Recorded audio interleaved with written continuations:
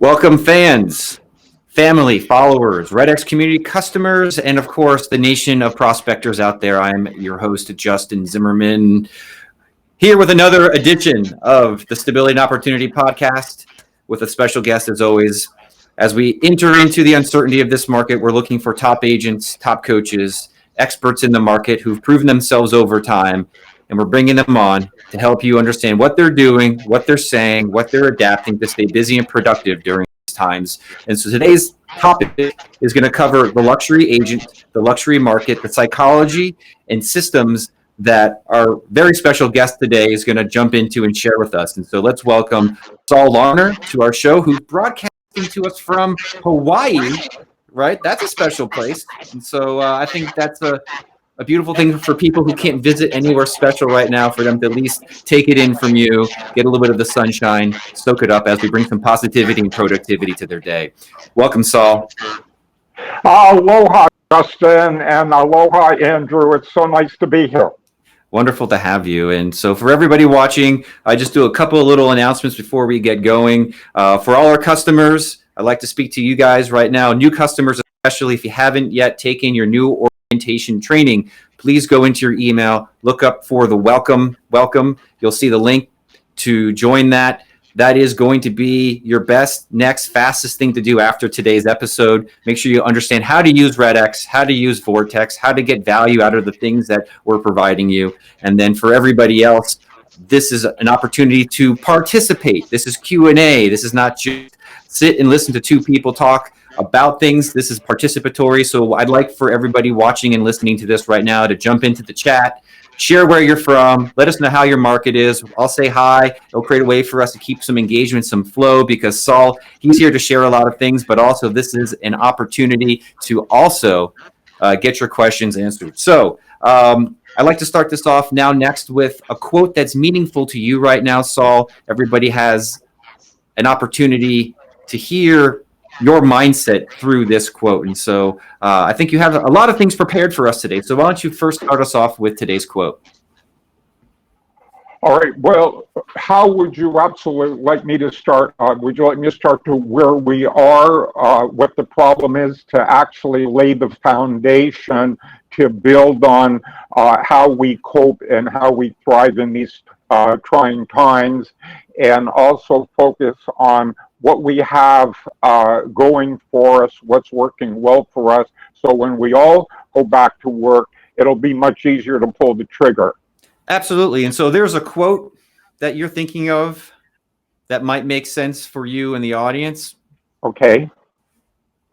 I have several quotes, so is there anyone in particular you'd like to start with, or just start with anything and go from there? Well, let's say with what you're seeing and what do you think agents need to hear that's helping giving you a focus. So pick your best one. Okay. Well, I like to start with a foundation because it's a lot better to build on concrete than it is to build on quicksand. And here we all are wondering in what direction to go in. And if you call a client and tell him that you've got some new innovations to move forward with, you get all kinds of responses. You have the client who's always negative, and they're going to come up with, well, your methods are too new. And my response is, my methods to move forward are not new at all. They're at least 150 years old. Let's refer back to Shakespeare, King Henry IV, Part 2, Act 3, where he says, first we survey the plot, and then we draw the model, and then we redo everything all over again until we have everything the way we want to. And it's the same thing. We're always trying new things, whether we're trying new things,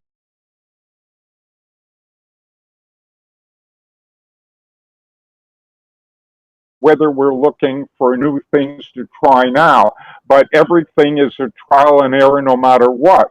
And that the client is very lucky to have us, because one of the things they're going to get from us is the fact that there are only two ways to move forward. One is to panic and the other is to be resourceful. One is to plan by crisis, the other is to plan by design. And we're going to do the later in both categories.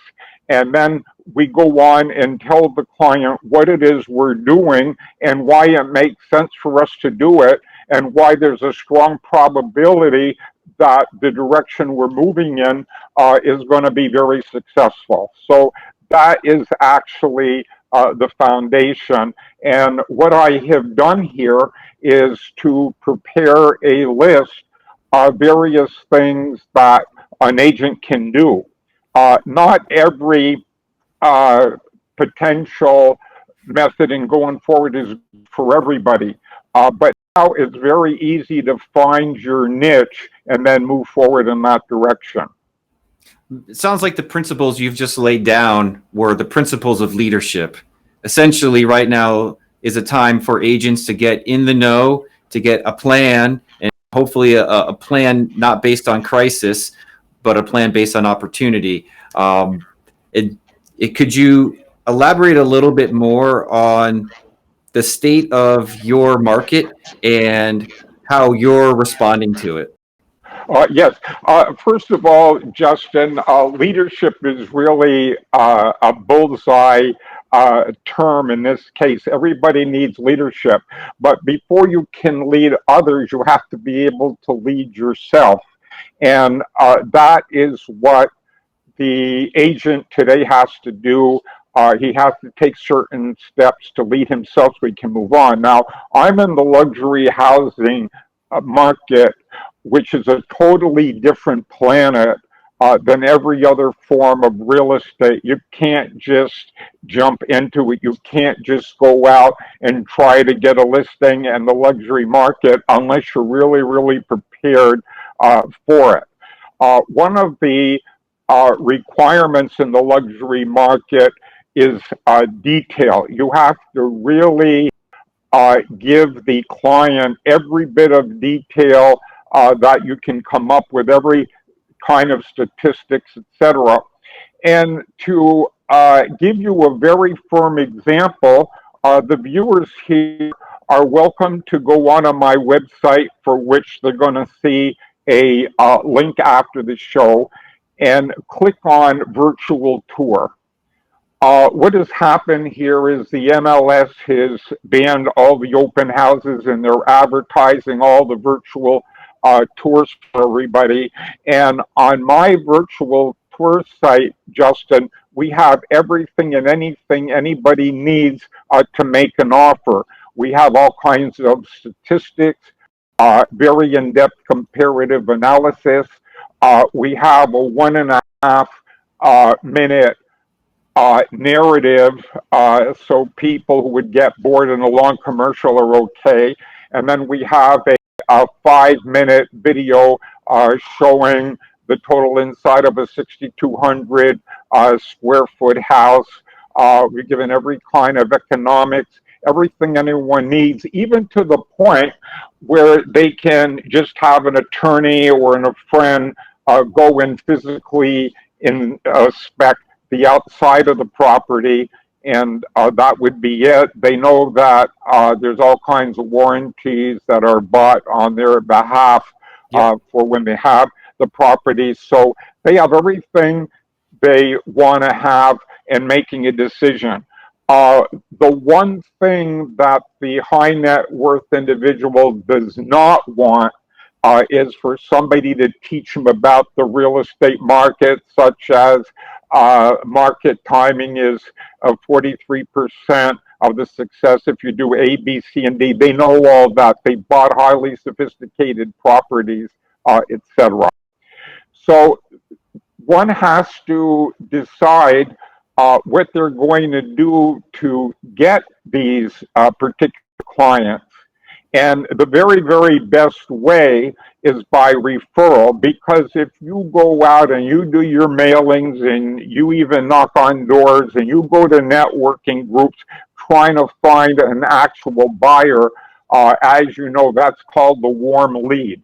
When you get a referral from an international tax attorney, that's a hot lead. When you get a referral from an international tax attorney in Shanghai, it's a very, very hot lead. The property is almost sold before they even come to get it. One also needs to know that what's going on today in the family office environment is that people are buying properties all over the world, and they just travel from one to the other on vacation, and they know that the values are going to go up. When you talk to many foreign people and ask them how they become successful in the United States, many of them will laugh and they say, the reason we're successful is because the American people don't know how to work with inflation.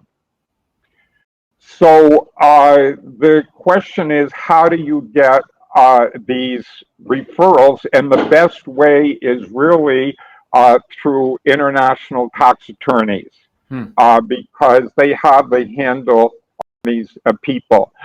There's a lot of other needs. There's a large percentage of the population that are foreign nationals, and they have to deal with issues that American people here in the United States don't have to deal with. One of them is currency deployment. How are they going to get the money into the country? And it's getting more and more difficult, but it can still be done. And if you do that, you, as an agent, only want to refer the client to the top first-class attorneys and the top people at the top international banks where you have to have an in, because you want to make sure everything is done 100% lily white so nothing can come back and haunt you. And I think it's very important now, Justin, for me to give you a classic example of what a major issue is and how the agent can work around the issue and understand that any agent that follows a few sets of rules can easily get into this market. As you know, there were a lot of Canadian buyers coming into the United States. I remember in Los Angeles when we were involved with a $40 million Robert Taylor ranch, Canadians were coming in leaps and bounds, buying houses in Brentwood Park for $20 million, which are now worth an awful lot more. And here is the situation. Many countries have a create double taxation. The buyer, when he goes to sell, is going to be taxed both in the United States and in Canada or wherever they are. But fortunately, around the world, we have 55 international tax treaties. And the United States has a tax treaty with Canada where any amount of money paid in tax in the United States by a Canadian is given as a tax credit on their tax returns in Canada. So they come to the United States and they go to an attorney who suggests that they put their property into an LLC. Now, an LLC happens to be a very fine entity for the people that have the best use for it. But Canada does not recognize an LLC. So therefore, the LLC is a disregarded entity. And because it's a disregarded entity, then there's double taxation. And I ran into a deal with an attorney in Honolulu that went through the roof because my bringing this up didn't make them look that good. So I said to him, he then said to me that he wants to put the client into a survivorship policy, tenant by the entirety. And hey, Saul, I need to interrupt you, and I feel like we need to dial this back to basics. Okay. I think you're really getting into like the details and the weeds, and I think we might need to, for our audience, knowledge and experience. Some say it's a curse of knowledge. That for a lot of our audience right now, those people are solo agents who are primarily working via telephone. and prospecting, expireds, geo leads, circle prospecting, FISBOs, pre-foreclosures, and one of the newest and probably hottest lead types for this market is absentee owner FURBOs. And so that's kind of the audience that is really watching and listening right now. And so I'd love to help take what you know and kind of be the filter between your experience as a high-level luxury agent, which you just clearly demonstrated. You know the details on details, but for those listening who are trying to understand how do I start making my first step into the luxury market, and especially right now, knowing what to say, what to do, who to reach out to. It sounds like you started giving us some really great launching points, like you mentioned, international tax attorneys. Great, that's a lead source for essentially a referral source for anybody listening right now. And so, if we wanted to put that out there as an opportunity for our customers listening to this right now, one, where would you go to start generating that list of tax attorneys to even call? Then what would you say to them to even have them want to pick up your phone, respond to them? Because it sounds like you can't actually get to the wealthy individual directly. It's through intermediaries and emissaries that then help fuel these transactions. And so step one, let's get to the basics. Let's think about this from a lead source type, what to say, what to do to get the referrals, or even if there is a list of wealthy people that you know of that you want to share that secret with the audience, great, by all means do it. But then secondly, what are you adapting right now that you normally wouldn't say to help create those connections and those conversations in the world's market? And one last thing, I know I'm going a little too deep on this one, but if the luxury market is insulated from this, that'd be also interesting to know as well. Okay, well, thank you for asking those, because the answers to those questions are what my delight is and my enthusiasm in to be in this business, because it involves a creative effort. And what's very interesting about it, Justin, is anybody can do it. And not only can anybody do it, Justin, and not only can they enjoy their work in doing this, but many realtors in today's market are going to be very limited in cash in promoting themselves.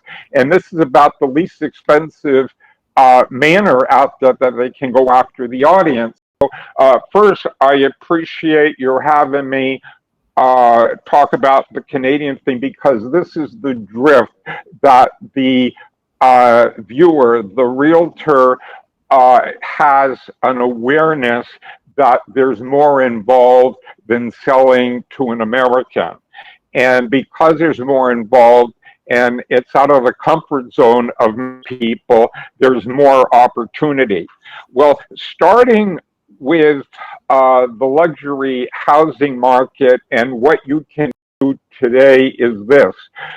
The first thing that you do is you look for luxury market area that has projection in the next year by reliable sources that the property is going to go up at least 11% in the next year. And that is not at all difficult to be able to find. And then the sales pitch, which is really true, you're not deceiving anybody, is because the market is going to go up 11% in the year, in a year when it goes up to 11%, a lot of sophisticated investors, because of the fast, know that they're going to be able to pump it up to a speculator and make many, many more percent on it, because too many people think it's great for the future. And that speculator says, well, even if I have to hold it on to a year or two, it's booming. So one needs to find an area that is in the upswing. Now, as far as meeting international tax attorneys, there's two ways of meeting them. One is to meet them head on, and the second is to meet people from foreign countries that are well off that will introduce you to these attorneys. There's many ways of doing it. Once you have a prospect you're working with, you can talk to an international figure whose wife may be president of the PTA and said, you know, I need an international attorney to refer a client to because he's got certain special needs. That's one way of doing it. The second way of doing it is if you go to networking events and you talk to these international attorneys and attorneys in other specialties, you can tell them that you're putting together a strategic alliance group of people in different specialties to work as a team. So when a client comes in, you can refer the client to different people. Now, the minute you do that, and this sounds preposterous, but this is what happens 99 times out of 100, is they're all going to welcome you. All law firms uh, will go out of their way to get new clients because, especially with the foreign nationals, they're going to have the clients in perpetuity. Foreign nationals, for the most part, and I don't like to generalize, it's just what I've seen over the last 38 years, so I have my own ideas about it. They think, for the most part, that they're their own judges, juries, and prosecutors, and they're going to make their own rules, and they're going to put too many fingers in the cookie jar, and then they end up having to go to their attorneys. They take the attitude that if they spend $50,000 in legal fees, but they can make $300,000 or $400,000 in doing it, they just don't care. So they'll take you to lunch. Now, in Los Angeles, Beverly Hills, most of the offices are in Century City. They'll invite you to lunch, and most of them will take you to the Gulf Stream or a couple of the restaurants next door to that. And some of them have big eagles. They have their own table up front every day, and they meet everybody who comes in. And when they meet everybody who comes in, because they're well mannered, you're at their table, so they're introducing you. And when they introduce you, it's very easy to ask the client what his specialty is and trade cards. And then the fact that you had lunch with somebody gives you credibility. That's one way of doing it. Another way of doing it is by dealing with the consulates, asking the consulates what networking groups there are. They all like people to come to them. Talk more about that, because that's an interesting approach. I would imagine the consulates are in every major city, I imagine. Help us understand, if you're an agent somewhere else in the country, how do they get access to the consulates? Who do they talk to? What do they say? What things would you do if you were removed from Beverly Hills and put into, let's just say, Des Moines, Iowa, and you want to work luxury? How would you adapt your approach to finding this type of international business or connectors? All right. Well, most chambers of commerce have an international group. Most real estate boards have an international group, and by going there to the meetings, you talk with other people, and they start giving names. I'll give you an example. I joined the West San Gabriel Association Board of Realtors, which is just about 100% Asian in population. And the realtors there and the people living in those towns of Arcadia, Alhambra, etc., are all very, very wealthy people. And I started putting on seminars of some very interesting topics on real estate. And before I knew it, I was on the board of directors of the Chinese American Real Estate Professional Association. And then I had a term for about 7 years until I decided I had had enough. And through that, I made a lot of inroads, met a lot of people, and the fact that I was on the board gave me great credibility. The dues is $50 a year, and you get 12 dinners at a very low price once every month. I not only made sure that I spoke, but I also made sure, and one of the reasons that I was on the board, so I could choose the speakers for all of the other meetings. And the fact that I got all these attorneys on the board and they had one more bit of credibility, then the word got out, oh, how'd you get to speak? Oh, Saul Larner got me on the show. So everything you do builds up credibility. I do want to interject one point, though, is people call me all the time. They come in and they say, why are you giving all of your secrets to everybody? People can go online and hit on my international taxation tab and see things that would take them years and years of research to do, research that I got in my schooling. And this does not hurt me at all, because even if I gave them the names of clients, and even if I showed them how to do it, when at the end of the day, they would be in a position where they find that they couldn't do it.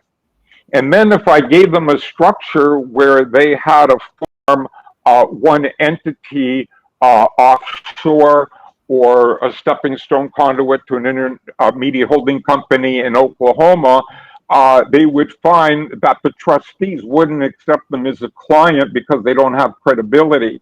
So whatever I do will hopefully get clients to come to me who are real estate people that want to split the case.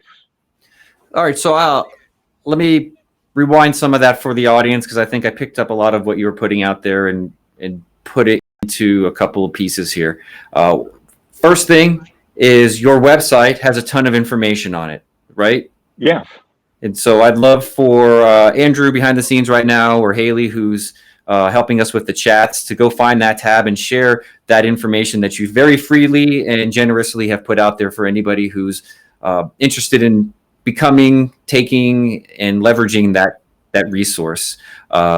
The next thing that came up for me, which I've heard over and over again, principally, is a concept that I think Tony Robbins says best, is his concept of proximity.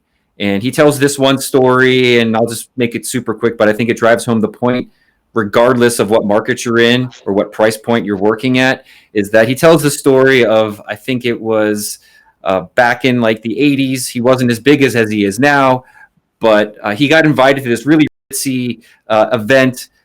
I forget the guy who had maybe one of the Vanguard founders of one of these funds, and he got invited to Aspen to come speak and schmooze. And he ended up taking a commercial flight that made him late, and he showed up at the end of the party. And the story goes is that, you might have saved $1,000 or $2,000 in flights by not taking a direct jet, but you lost out on millions of dollars of opportunity to be surrounded with the world's best, most richest people. And he then went on to say how proximity is a huge principle to look for it, leverage it, use it every chance you get, because the people that are closest to you, proximate to you, will help determine the value and trajectory of your career. And so he learned that principle, and he's essentially leveled up to the superstar that he's become today. And I think that principle applies to all of us. And I think what you're putting out there is these networking groups, by being able to use proximity to put yourself next to these attorneys, to know who has your clients and best clients, and to structure opportunities and networking where you build relationships with these people where they're, like you said, you could give the names of all your contacts away, but what good is that going to do? Because you have the proximity, you have the relationship.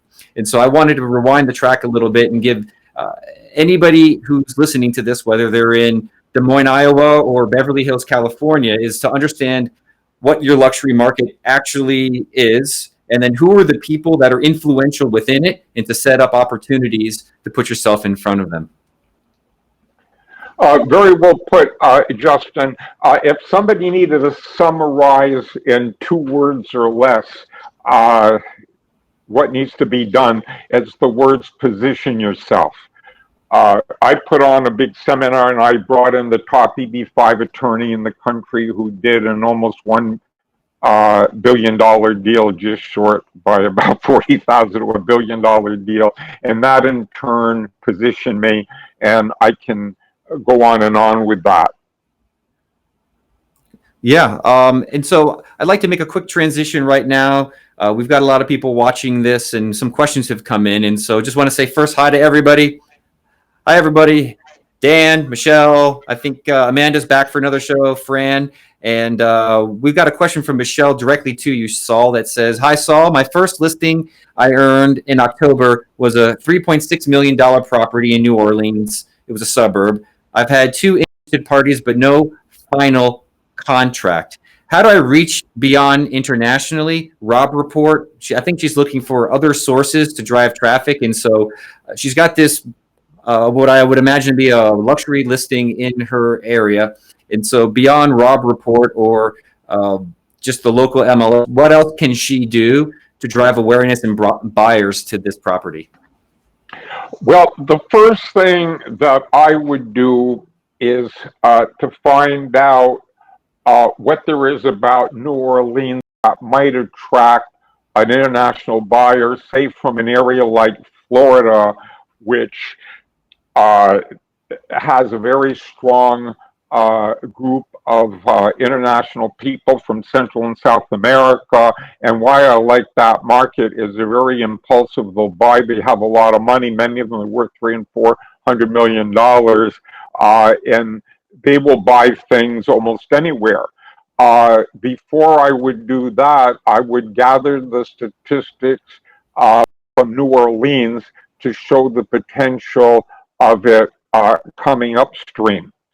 What the statistics are people moving there or people investing there. Now, I happen to know that a lot of people in Florida have been investing in Houston, buying houses for $95,000 and $100,000 that in many cases they can even flip for 130. And if the people in Florida will buy in Texas, there's no reason they shouldn't buy in New Orleans. The issue is they know about Texas, they don't know about New Orleans, so they have to be educated by the broker in order to do this.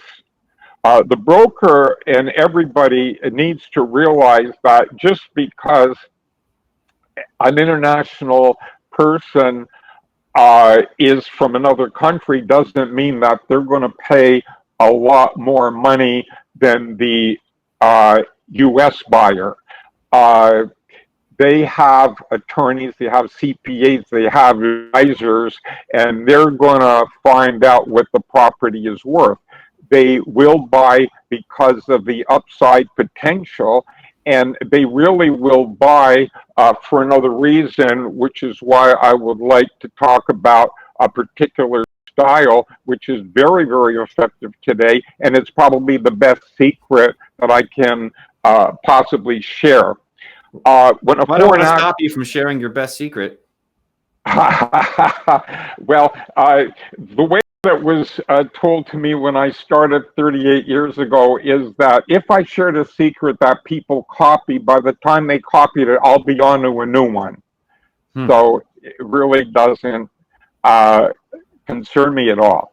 The foreign national, if they're single, they get a $60,000 estate tax exemption. If they are married, they get $100,000 estate tax exemption. They buy a $4 million piece of property and they end up selling it. They die before they sell it. They can end up with a tax bite where their heirs are going to have to come up with $1.5 million in cash within 9 months, or the IRS will put a lock on the door the very, very next day. And we have legal ways with certain mechanisms for them to do it. The IRS, when they put on a lot of red tape, they leave one loophole where the red tape can be cut off immediately. And when you meet a foreign buyer, you talk to them and say, one of my responsibilities to you is to find you an ideal property. But the second responsibility that I have to you is to help you be able to hold on to the money when you go to sell it. And they're very open to ways of not paying U.S. taxes because many of their friends have drowned having to have done it. The New Orleans buyers can advertise in international magazines. My situation is that I came to Hawaii to visit my children. I got hypnotized, opened up an office here, but I'm going back to Beverly Hills. As a matter of fact, there was an Uber on the way here a few Thursdays ago to take me to the airport, all packed, to go back to Beverly Hills. You know, it's the old story. You can take a boy out of Beverly Hills, but you can't take Beverly Hills out of the boy. And I know that story. and and plus I had a very good following there, and I still have one here in Hawaii. I have agents that have run that. But what had really motivated me, and here's the best way in the whole world to get into an international market. I had a $5.5 million. I have a $5.5 million listing in Cheviot Hills, where the average house sells in 12 days.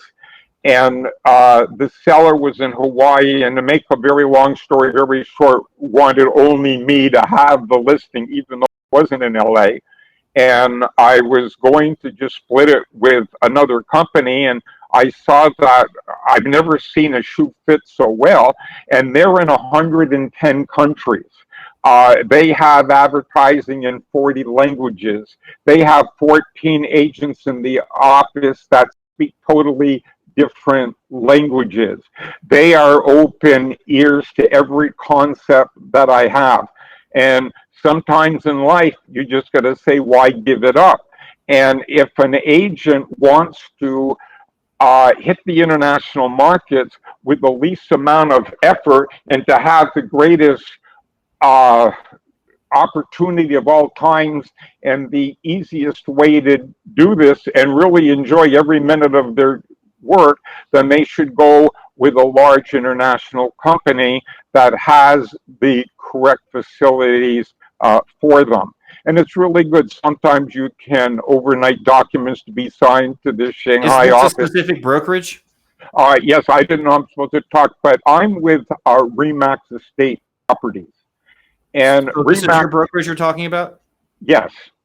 Okay, because I think Lilo was asking who, and I was trying to address her question. So Lilo, that's for you. I'm sorry? I was just answering a question for one of our audiences. Oh, okay. I didn't know what was going on. But see, even when you're with the world's finest company, not every office, although they're all very good, are of the same stature. Here, where we have an office that goes after top producers, it's the finest support system in the world. Now, when I affiliated with them and really being hyped up because of the kind of support they give, here I am in Hawaii. I'm walking in there with 5 listings totaling just about $12 million. The minute I walk in the door, they're already listed. They're already on MLS. There is never a substitute for enthusiasm. And anybody in the business that wants to make a lot of money has to have the right firm behind them. I'm not saying that REMAX is the finest firm in the world, although they're really rated up there. I'm only saying that for my particular purposes and what I'm looking for in a company, I regard REMAX Estate Property as the only firm that I should ever consider being with. That's great to know. And so just like to put this out there to the audience. If you guys have any last questions or comments or thoughts about getting into the luxury market, how to approach referrals, what to say, what to do, now's your chance to put that into the comments, because I'm going to be wrapping things up with Saul in just a little bit. So I want to make sure that you get your ideas heard and addressed while we bring things close to an end. Saul, are there any kind of last thoughts that agents who are considering the luxury market right now should know, especially given the circumstances on those first steps? Yes, I'll tell you exactly the most important thing for them to know. A very strong foundation, and the easiest way of doing it, because of a project I decided to take on yesterday, that will help everybody. Whether you go in the luxury housing market or any specialty out there, you've got to learn to walk the walk and talk the talk. There's no substitute for it. Also, you've got to find a specialty that's good. For example, if you think you can't make money in the current market because of what's happening, go out and get land listings. There are so many properties that can be torn down. And the minute you get that kind of a listing, within one day you can get 6 or 7 offers from builders. I see it right away. Matter of fact, recently my own daughter in Los Angeles bought a double lot to put up a $6 million house to flip. And within an hour, there were 6 or 7 people the world had gotten around. Here's what I decided to do yesterday. I created the game board, which you have, that everybody can download on my site. And I'm coming out with various ancillary products to go with it. And one of them is I'm writing a book based on the game board. And I'm coming up with very simple to use software based on Excel, where people will learn how to get started when this crisis is over to meet their goals. And the biggest thing that people need to realize is, rather than feeling that they're lying on the floor with 500 pounds of sheet metal on them that they can't get off, and they've got to do 6 years of sales in 6 months, they should not look at that negatively.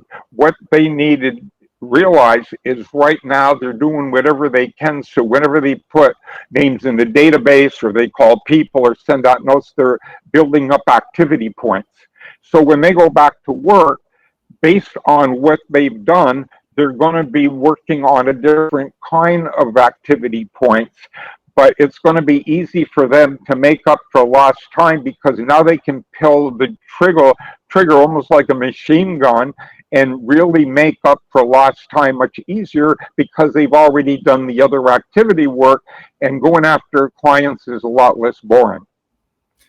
Thank you, Saul, for sharing that. And so we're going to wrap things up right now. Just want to let the audience watching right now, thanks for joining us. Love seeing the same names and faces show up over and over again. Makes me feel like I'm making friends with you guys. So keep on showing up. Love to see you guys tomorrow, because tomorrow we're going to be having another guest, Racer Botkin. Man, if you have not heard his podcast that we've done yet, you should really go check it out. He is one of the most genuine, heartwarming, and honest people I've ever met. In fact, we just chat every once in a while just to touch base with one another. And so he's got a fantastic story, one of those rags to riches, down and out to his last dollar. And so he's going to share with you what he's doing to stay busy, stay productive. Man, this guy is the rodeo real estate agent from Tyler, Texas. Man, I really look forward to seeing him again tomorrow. And of course, we're bringing back Mike Sherrard, who is the Canadian, speaking of Canadians, the Canadian agent who's killing it on social, who's talked about how he's gone from door knocking in freezing temperatures to becoming the social media magnet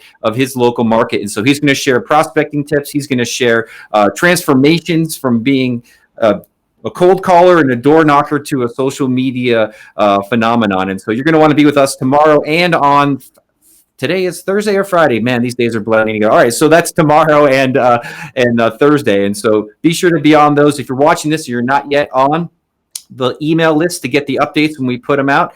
Make sure you go to theredx.com/blog. Wait for the pop-up. Put your name in there. You're going to get the email when the next episode comes out, as well as, and I promise, and it's on me, we're going to get everybody who's waiting for those scripts and is on that email list from each one of these shows. We're going to get them out to you. So just be a little bit more patient. If you want to blame somebody, come blame me, because I'm the one who's got to get those out there and ready. And so I just want to take the time now to thank Saul from broadcasting from Hawaii all the way across the world. Thank you for sharing that luxury nation for agents who are interested in the process, the people, the connections, the referrals. Those concepts are invaluable. And until then, I'll see everybody tomorrow. I'm your host, Justin Zimmerman, with another episode of the Stability and Opportunity Podcast. Thank you so much.